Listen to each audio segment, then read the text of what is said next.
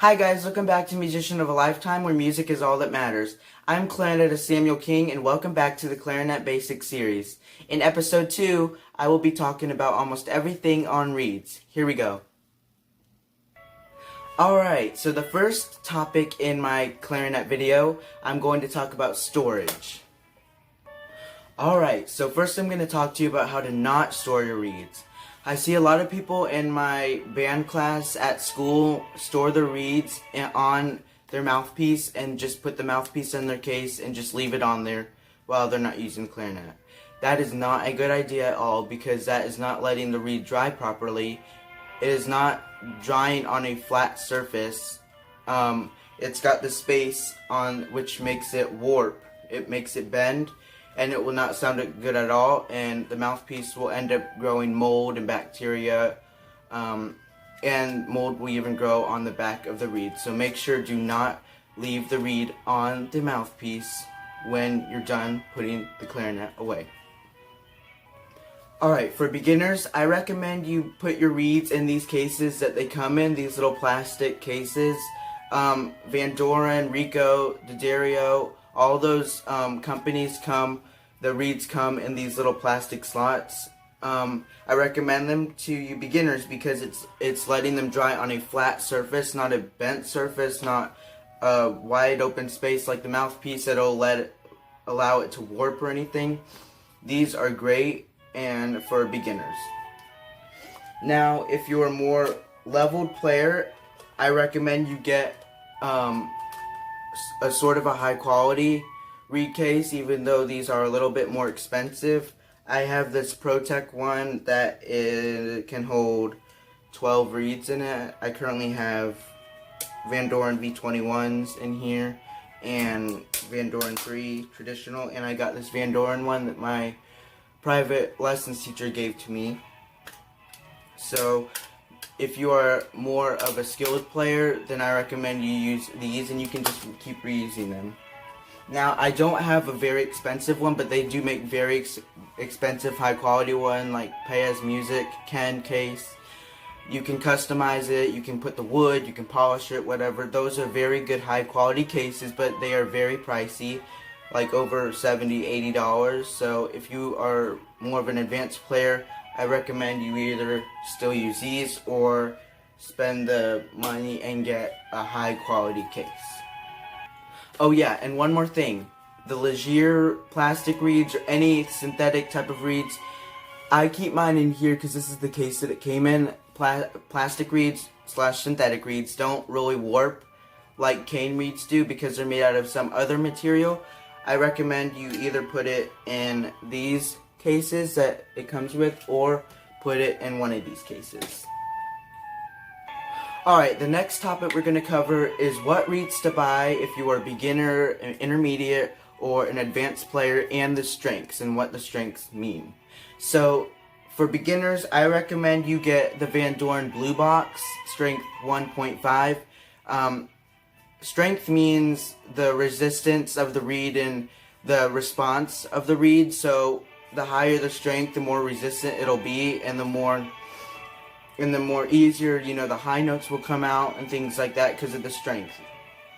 So, Van Doren Blue Box reeds, I recommend for beginners you start out with 1.5 because you barely have to blow. You don't need an embouchure or anything. You can just blow and you'll get a sound out. I recommend the Van Doren Blue Box, Rico's Van Doren Junos, which are specially for beginners, and etc.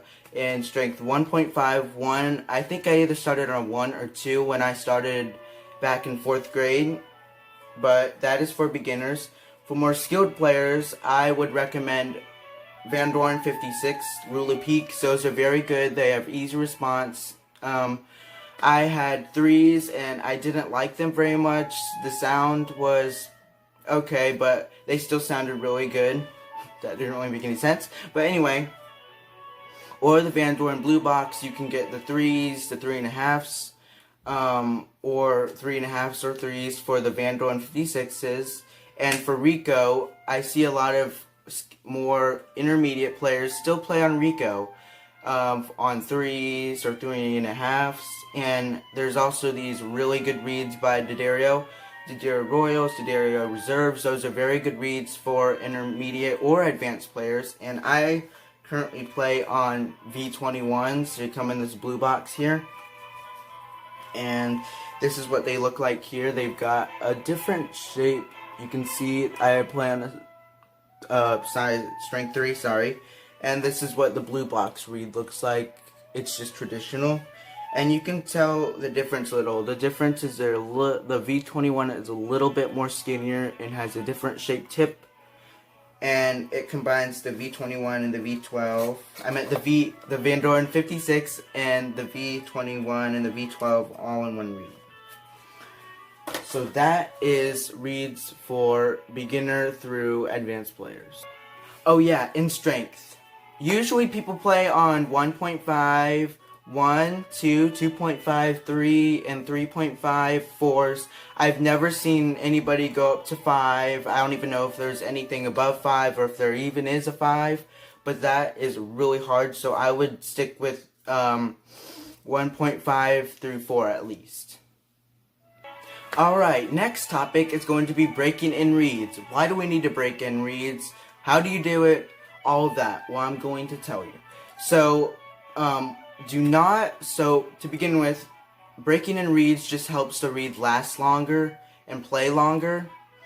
So, do not just take a brand new reed out and play a 2-hour concert, performance, rehearsal, practice session, because that will kill that reed and it'll make it not sound good at all. And then the next time you use it, it'll be, I don't even know, the worst reed you probably have. Alright, so how do you break in reeds? So waterlogging is part of it. So what is waterlogging? Waterlogging is exposing the reed to moisture gradually. So I have this Van Doren V21 size 3 and I just soaked it in some water for about, I don't know, 10 minutes or so before I started this video. You know that if a reed is waterlogged, if it's darker and then it gets more light on the top. I don't know if you can see it. It gets more lighter. But that is waterlogged. And the reason why it's like that is because there's holes. I don't know if you can see. Let me get to focus. There's little holes right there that lets, there's lots of space in the reed and it lets the water go into the reed. Now, waterlogging just helps it helps the reed get exposed to the moisture gradually.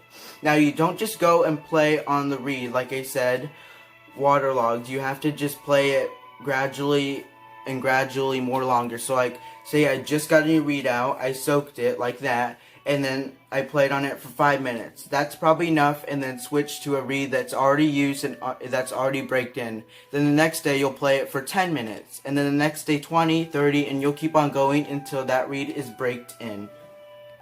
Alright, the next topic is going to be too soft and too hard reeds. What do I do about that? Alright, so when they say, or when somebody says a reed is too soft, it means that the reed will play more easier than other reeds and gives a bright, transparent sound. And if a reed is too hard, you struggle to blow and the sound will not come out easily. So if the reed is too resistant, then sand it. Alright, so sanding makes the reed more softer and less hard. So you can either do it on sandpaper, or I have this very expensive Van Doren sanding palette thingamajig. It's very good, so I'm going to show you, and it'll work either way on sandpaper or on this. And I recommend this to everybody that's watching. So what you do is you get this reed, and it doesn't matter if you're holding like this or this or this, because this is a flat surface. And you don't do anything to this part of the reed. You only do it to the back side of the part of the reed. So what you're going to do is you're going to take this reed and you're going to do it clockwise. You're going to have the tip on this glass and you're just going to gently move it clockwise. and then check it, and then put it on the clarinet, see if it goes, and then if it doesn't work for you, keep doing it until you think that it's just right for you. Alright, last topic in this video is going to be retesting. Now, this is what I do, and you don't have to do this if you do not want to. It takes a very long time, I can tell you that. But, so what I do is, as soon as I get new reeds, or I do this at the end of each year, and I do it if I get a new box of reeds too. So I grab every single reed that I have. I try to find every single reed that I have, and I soak them all at the same time, and then I grab them and I play on them one by one, and this takes probably 2 to 3 hours, I don't know, just to do retesting. But this is what I do, and I hope you will want to do this too, because it really helps. So what I do is I soak all the reeds, and then I take them out one by one, put them on the clarinet, and then I play on it. If it's too soft, or if it's too hard, then I will sand it. And then I will just choose to see which ones are good and which ones are bad. Just keep grabbing one and then playing on it, and then grabbing another one, play a scale on it, grab another one, play a scale over and over. And all the bad reeds I'll put in one pile, and all the good reeds, the very good reeds, I'll put in another pile. The bad reeds I keep for spares, just in case all my good reeds run out and I have some reeds that are okay, but they're not that great. Alright, well, this is it for this video. I hope you really liked this video. I hope it was very useful and helpful to you. I tried to explain everything the best I can. I'm sorry if it was a little confusing. It was a lot to think and process while doing the video at the same time. So, yeah. But anyway, please make sure to like, subscribe, and hit the notification bell so you won't miss one of my videos. And I will see you guys in episode 3. Bye! Hey guys, thanks for watching. If you enjoyed this video, please make sure to like, subscribe, and hit the notification button so you won't miss one of my videos. See you later. Bye.